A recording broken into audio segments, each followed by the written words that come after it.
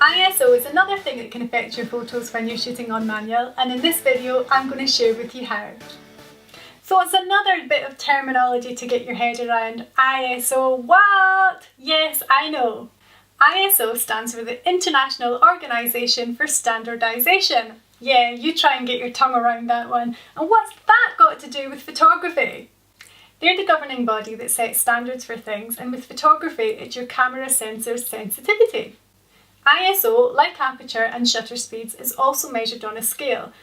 Most cameras have an ISO range of between 100 at the low end and 25,600 at the high end. I know, it sounds like a lot, right? So with low ISOs and high ISOs, how do you know which one to use? There will become a time where you're able to assess the light situation, whether you're indoors or outside or it's night time, and you can pretty much guess which ISO that you have to use. But until you're there, let me help you out a little.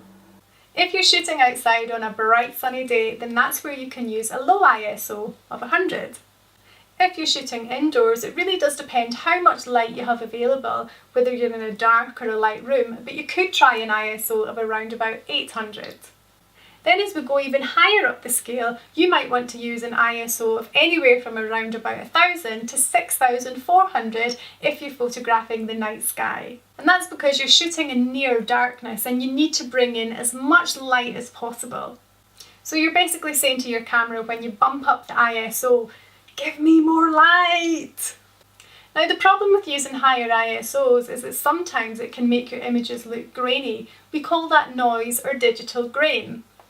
You'll need to experiment with your camera to see just how far you can bump up the ISO and push it before the image becomes too grainy to a point that you just can't use it anymore. As a general rule of thumb, I'd say with your ISO, start low and then bump it up higher if you need to. So let's imagine, for example, that you've decided that you want to get creative with your image and you've decided to use an aperture of f5.6 so that you can get a nice blurry background.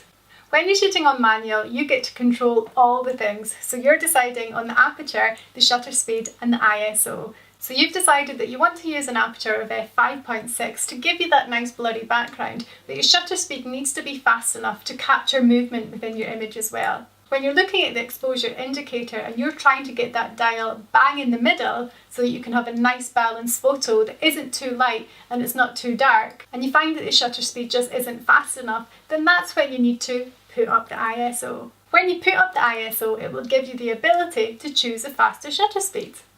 Another thing that you have to remember when you're shooting on manual is just to be aware of the changing light conditions. So if you're using a higher ISO when you're shooting indoors and then you go outside and it's a bright sunny day, then you'll need to remember to dial the ISO down because you don't want it to be any brighter than what it actually needs to be. I'm Anne Johnson and I would love to help you take control of your camera and unleash the creative that I know is within you. Remember to subscribe for updates.